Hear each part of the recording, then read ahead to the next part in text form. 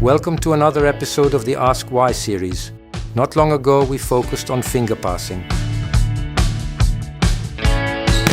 Now we are one step further. We have chosen our setters, and it is time to answer a few important questions. Why do we first teach children to set with only 2 fingers? Why do we place them in front of a wall and ask them to set the ball above themselves? Why do we later have future setters lying on the floor while setting? And why do we sometimes use a basketball or even a medicine ball? Every one of these drills has a purpose. First of all, we are interested in a remarkable pair, the thumb and the index finger. They are responsible not only for generating force, but also for controlling direction, stability, and the precise instant when the ball leaves the fingers. The index finger acts as a delicate steering tool. First, it absorbs the force of the incoming ball, then it pushes, determining the direction of the resulting force. We could say that the index finger is the navigator of the set. In fact, it is the only finger capable of directing a set both forward and backward without help from the others. The thumb provides the necessary counter support. It stabilizes the entire contact system of the hand and, thanks to the high mobility of the CMC joint, regulates the size of the contact area. During the set, it balances the forces acting on the ball and contributes to its controlled release. The thumb is therefore the primary stabilizer and pressure regulator between the hand and the ball, a firm yet mobile support point for the entire movement.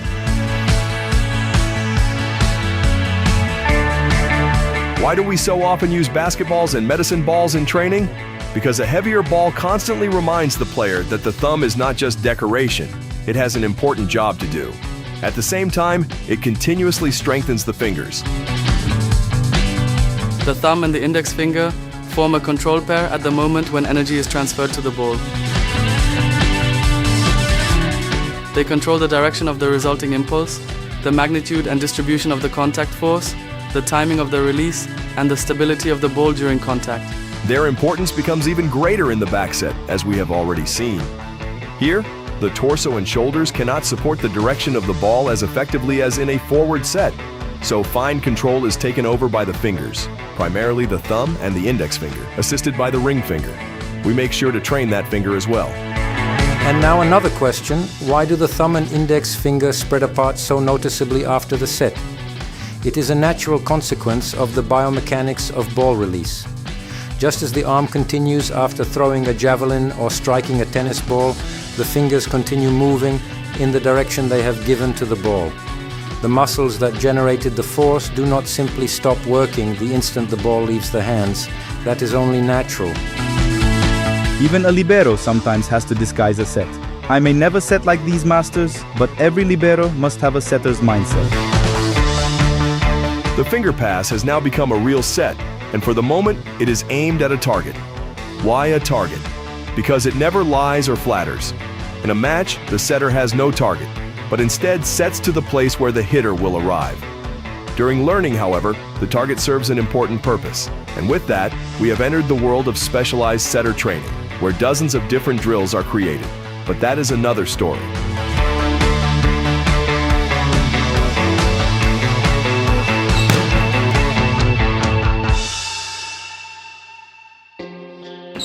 Now a few words about physical preparation for setting.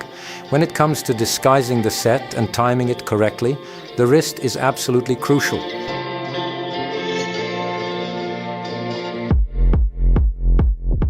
Together with the muscles of the forearm attached to it, it is the main driving force behind every set. It also determines whether a setter can confidently send the ball a long distance while jumping.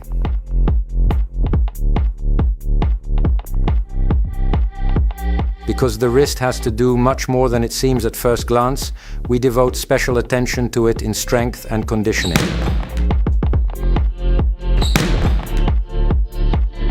Now, let us look at the fingers.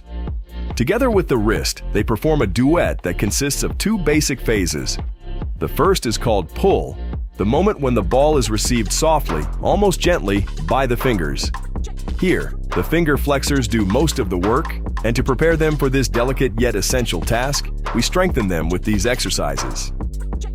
The finger extensors strengthened through these exercises make sure the ball leaves the hands quickly and precisely in the desired direction. This phase is called push. That is why medicine balls and basketballs have a permanent place in setter training.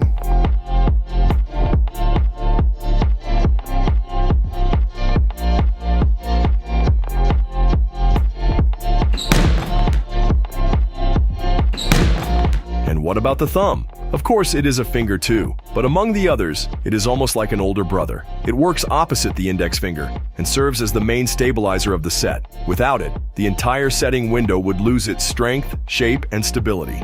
That is exactly why we dedicate special exercises to it. If the thumb has a special role, it deserves special attention. Now we come to the royal discipline of setting the back set. And our first stop is the gym. A quick, well-disguised back set can completely surprise the opponent, but only if the body is prepared for it. To disguise the set successfully, the body must not reveal where the ball is going. Every one of these exercises has one simple goal: to strengthen the muscles that help drive the set.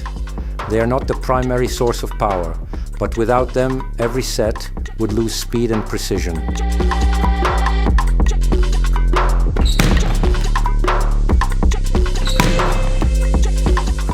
Our overview would not be complete without flexibility. A setter needs an exceptional range of motion, especially in the wrist and fingers in every direction, as these exercises clearly demonstrate. Isn't wrist flexibility one of Nikolov's greatest strengths? Without strength and flexibility, he would never be able to amaze the volleyball world.